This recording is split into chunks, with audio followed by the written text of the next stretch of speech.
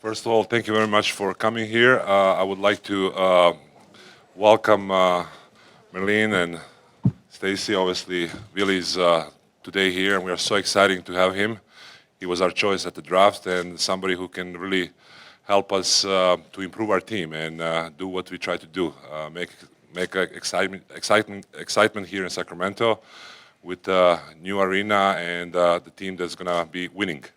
So, Willie, welcome. Why we pick Willie? Because he's coming from the great school, great program, somebody who has a lot of skills. He can help us, on both ends, defensively and on the fast breaks, definitely right now. Offensively, he's going to develop his skills with our team and our coach. So basically, we are very, very, very excited to have Willie on our team.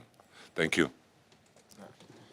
I just want to, express, how proud I am to be here in Sacramento, and I know it's bigger than basketball here. I'm excited to get going and working, and change the whole mentality to the team, and get a chance to meet the guys and get acquainted with the coaches, and most importantly, I'm excited to be here with the best fans in the nation. Thanks, Willie. I just wanted to say that a few days ago when we had draft night, Vladi played it very, very close to his vest, and I didn't really know who he was going to pick. I had seen Willie try out for us, and I had my fingers crossed that he was going to pick Willie Caullie-Stein. So a couple of minutes before decision time, he pulls me into my office and says to me, he said, "Vivek, what do you think?" And I said, "Vladi, you're the guy, so whatever you think." And he said, "I'm going to pick Willie Caullie-Stein." So I was ecstatic. Willie is an amazing individual. He's overcome many obstacles to live the American dream, played in a great program. He is the 21st century player. He can defend every position. He's insanely athletic. He's loyal. He's a great teammate. He's a winner. And now, Willie, you're a Sacramento King. Yeah.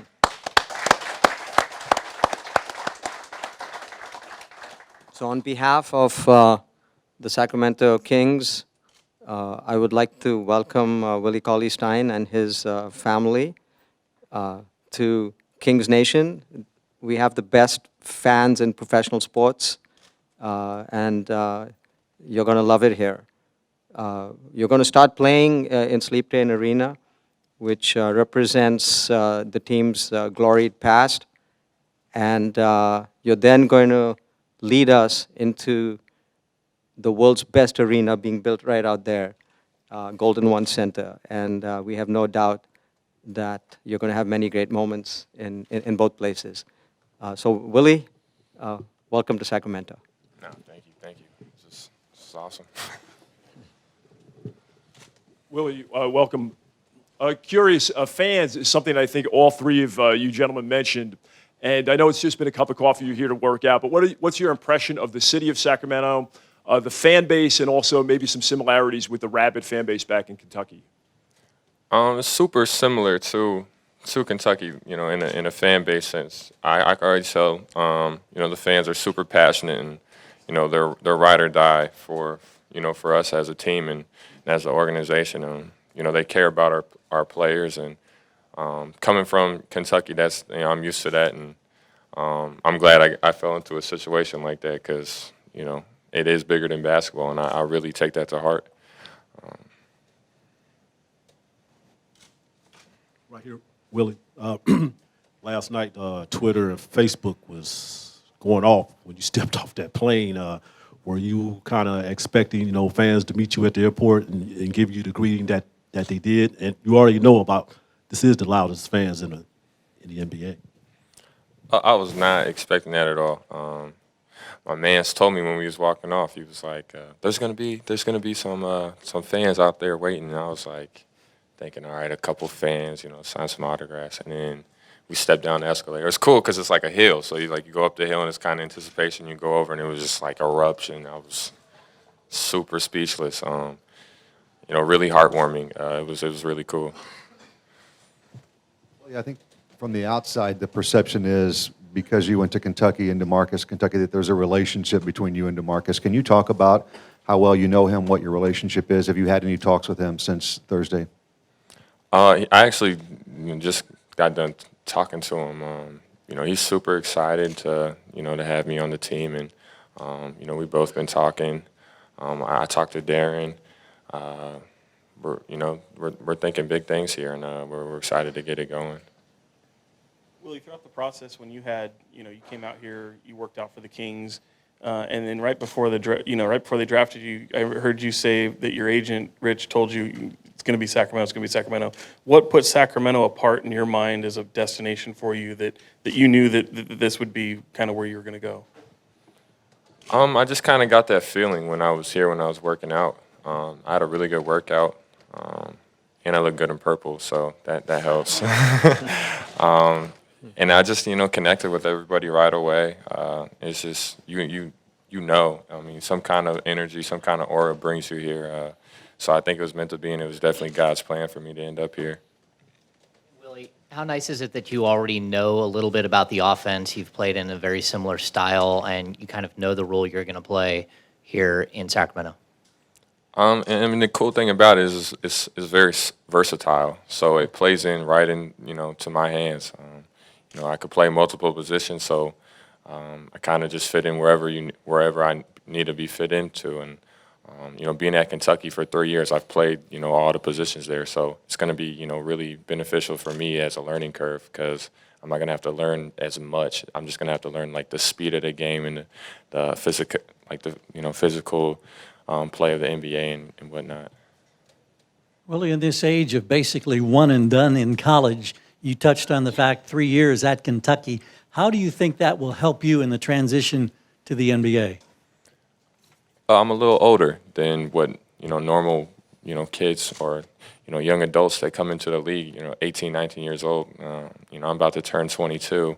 So in playing under Coach Cal, he runs this program like a pro program. So I'm kind of already used to the pro life being at a college level, and our fans are similar. So the scrutiny that you go through, the spotlight that you're in all the time, it's not going to be anything different than I'm already used to. And Willie, defensively, it's a big priority in Sacramento to protect the basket. How do you perceive that, your role? And then also, what is needed and is necessary from a team defensive standpoint to make that happen and for Sacramento to improve in that category? I just look at myself as a defensive stopper. I take an extreme amount of pride in playing defense. I think the only way to win a championship is to be, cohesive as one and play as a group defensively. I mean, we're all pros. We're going to score. But if you can't stop the other person, then you're not going to win. So, that's kind of my thing about it is just play, super high intensity, defense because, if that's what we need, that's what I'm going to do. And I want to be that anchor. I want to be that person that's going to be the stopper. Hey, Willie, I read a story in which you seem to downplay your interest in art. And I understand that you want to create the impression that basketball is your only love, but you were a versatile athlete in high school, and it seemed to indicate that you did like art. Can you talk about your interests outside of basketball and what you like to do? I wouldn't say that it's like I don't like art. It's more my mind is just more artistic. So that's the kind of the perception it is. I mean, I'm not like a drawer or a painter or anything. I'm just the way I view the world is artistic. It's in a different way. And like I'm interested in it in anything. I mean, I'm open to new things. I think that's ultimately keeps you focused on the court. To have your mind clear, to not cloud your head with only basketball. I don't think it's healthy, and that's the kind of way I've been my whole life, and I got to this chair now. So I'm gonna keep doing that. Well, since Thursday and since getting drafted, you've probably done about 400 interviews. You've done some meet and greets. You went to the airport. Have you even had a chance to kind of let this sit in? And did you have that moment at some point last night or the night before that I'm an NBA player? A little bit. I haven't really set in that, I'm part of this fraternity yet. I kind of just got my brand, so it'll set in once the media stuff is over and I get a chance to find a place to live and see the city a little bit more, meet more of the guys, and then spend a little bit more time with my family, and then it'll really set in. But as of now, it's just like all new. It's all exciting. And I just can't wait to get working.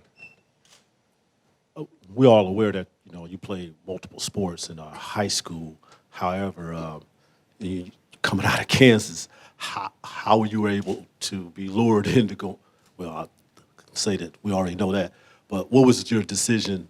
What was your decision based on choosing Kentucky over Kansas? That's simple. I grew up right around the corner. Always was a KU fan. But going in to my freshman year in college, Danny Manning from KU had went to Tulsa, and that was one of the best big man coaches in college basketball. So the only way I would go to KU is if Danny Manning was still there. And then it was real simple when Coach Cal and Coach Payne came to my house. They told me straight up, it was, you're not going to get all the shots. You're not going to be the man of the team. You're going to be surrounded by other potential pros, but the outcome is going to be bigger than what you're expecting, and that kind of stuck to me.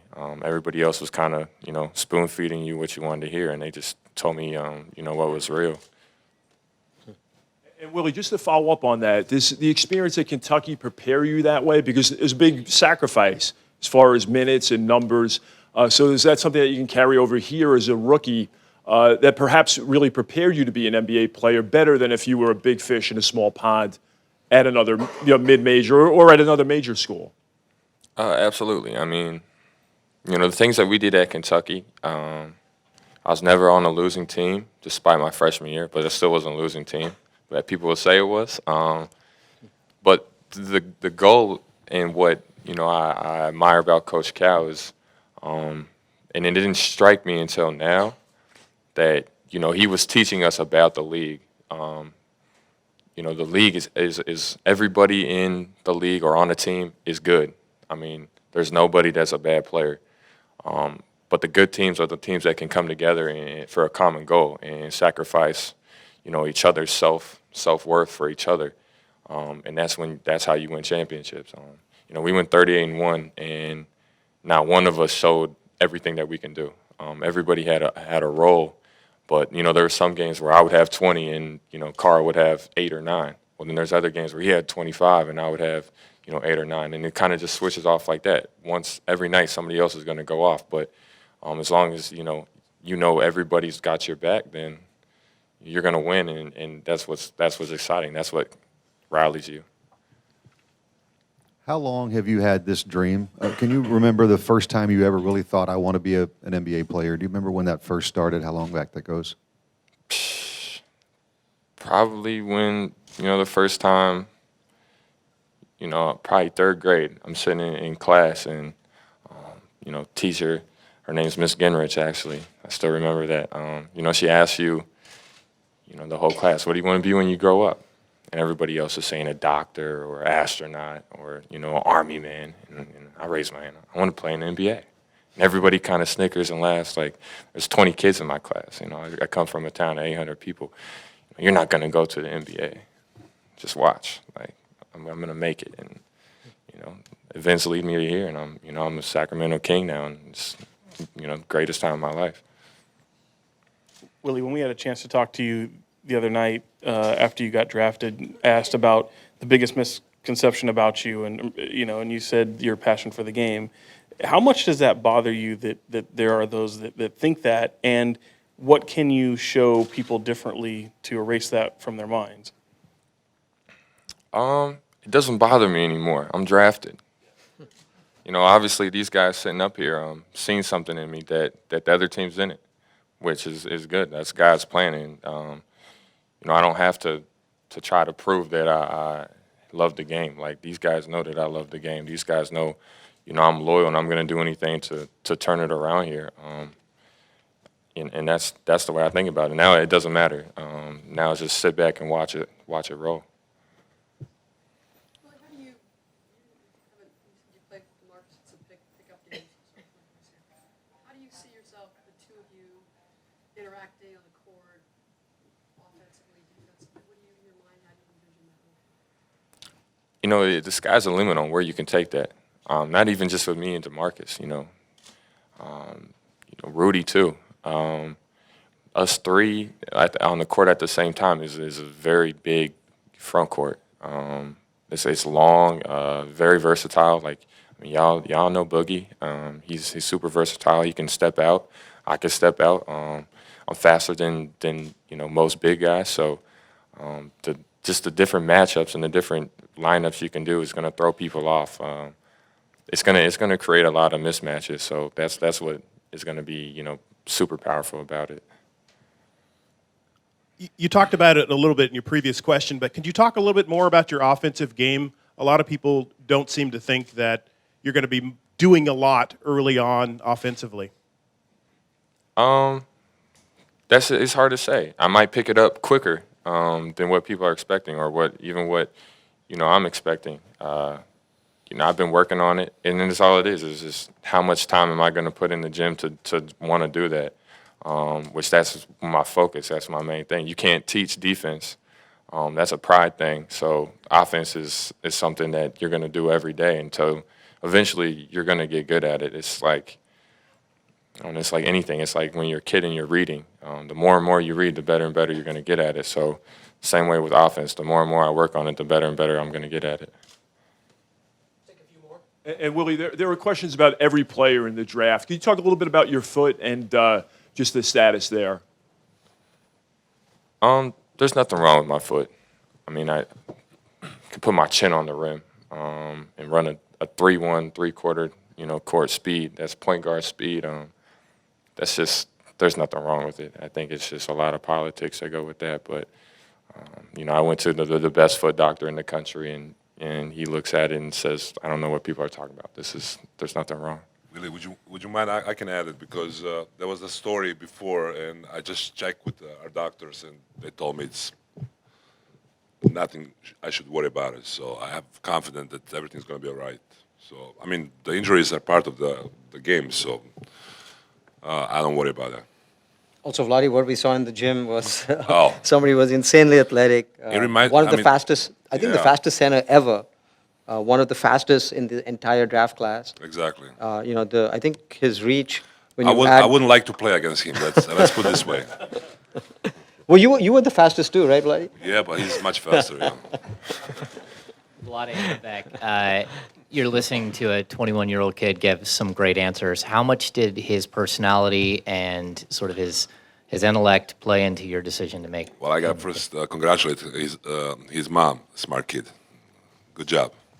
I mean, you can see, he's ready to go. I mean, I had a lot of confidence, and I hoping that he's not going to go before us. So when I saw that he's available, I was very happy. So I'm very, very excited to have Willie part of our team.